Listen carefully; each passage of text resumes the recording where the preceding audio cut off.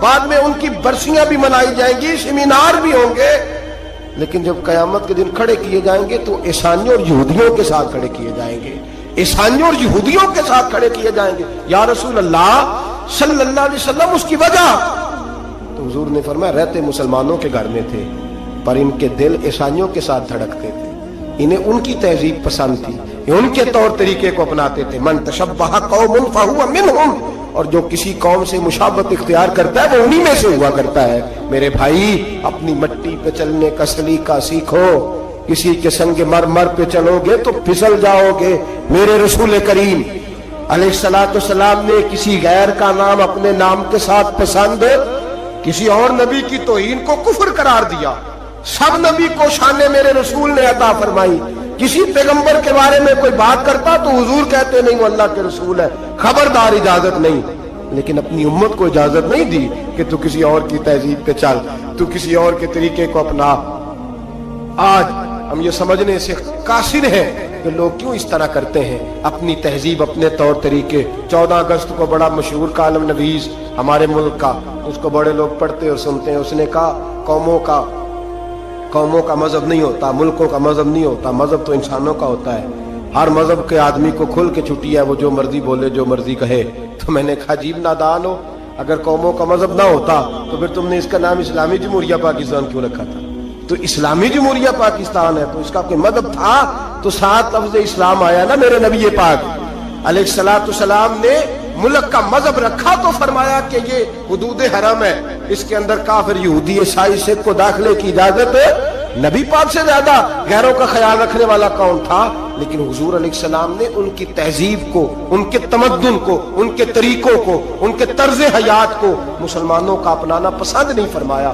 نبی پاک علیہ السلام جلال فرماتے تھے, حضور ناراض ہوتے تھے اگر کوئی شخص. اب آخری حدیث سن لیں اور بات ختم کرنے کی طرف آؤں. میرے نبی پاک علیہ السلام نے نا, ایک صحابی نے ایک بل تھی چیونٹیوں کی, اس کو آگ لگا دی تو حضور نے فرمایا آگ کا عذاب سوائے اللہ کے کوئی دوسرا نہیں دے سکتا. شریعت اسلامیہ کے اندر ایسی سزائیں نہیں ہیں, اگر ہیں بھی تو اس میں بھی ائمہ کا اختلاف ہے. ایسی سزائیں نہیں ہیں جن میں کسی کو جلایا جائے کسی کو. باقی سزائیں تو ہیں. نبی پاک علیہ السلام نے فرمایا جلانے کی سزا صرف اللہ دے گا, صرف اللہ. حضور اس سے منع فرماتے تھے. جاگ رہے ہیں آپ لوگ؟ توجہ ہے میری بات پر؟ لیکن نبی پاک کی ناراضگی دیکھیں, حضور کا جلال دیکھیں, غضب سے ان کے خدا بچائے. حضور کا جلال دیکھیں.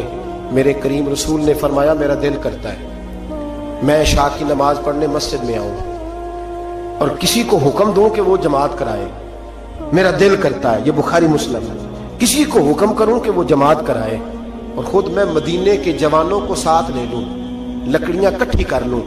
اور فرمایا جو لوگ عشاء کی نماز پڑھنے نہیں آتے میرا دل کرتا ہے ان کے گھروں کو آگ لگا دوں, جل جائیں وہ, برباد ہو. اتنی ناراضگی. حضرت ابو ہریرہ یہ حدیث سنایا کرتے تھے تو رویا کرتے تھے, فرماتے تھے اتنا سخت حکم. حضور نے فرمایا میرا دل چاہتا ہے میں جلا دوں وہ گھر, تباہ ہو جائیں, جل جائیں وہ لوگ, اجڑ جائے وہ گھر جس گھر کے بسنے والے عشاء کی نماز پڑھنے مسجد میں میں جلا دوں. تو کیسے کہتا ہے میرے گھر میں برکت آ جائے گی اور میں نماز نہ پڑھوں؟ تو کیسے کہتا ہے سکون آ جائے گا اور میں نماز پڑھنے نہ جاؤں؟ جس سے رسول پاک ہی ناراض ہے, جس سے نبی پاک ہی ناراض ہے, اور حضور فرماتے ہیں فلاں گھر برباد ہو جائے تو آباد کیسے ہو سکتا ہے؟ خدا نے ان کی زبان کو وہ اختیار دیا, جو نکلی منہ سے ان کے وہ بات ہو کے رہی. میرے حبیب پاک سید عالم علیہ السلام نے فرمایا دل چاہتا ہے جلا دوں. اگر مجھے عورتوں کا خیال نہ ہوتا, اگر مجھے بچوں کا خیال نہ ہوتا تو میں جلا ڈالتا وہ گھر. جو گھر کے رہنے والے کلمہ تو پڑھتے ہیں پر مسجد میں نماز پڑھنے کتنے ہم لوگ مزے کے ساتھ, ڈھٹائی کے ساتھ. اب تو سیانے بندے ہو گئے ہیں, کہتے ہیں حضرت صاحب میں جھوٹ نہیں بولنا, میں ایک ہی پڑھدا جی. تو میں نے کہا یہ بڑا تو نے کمال کر دیا سچ بول کے, یہ بڑا کمال کر دیا. او خدا کے بندے سمجھو اتنا جلال رسول پاک کا. فرمایا میرا دل کرتا ہے جلا دوں اس گھر کو جس گھر کے لوگ عشاء کی نماز پڑھنے مسجد میں نہیں آتے. میرے بھائی میرے محبوب ناراض ہوئے. جلال فرمایا جن چیزوں سے, ایک تو بحث نہ کریں کبھی بھی دین کے معاملے میں, کسی مستند عالم دین سے صحیح العقیدہ سے رجوع کریں,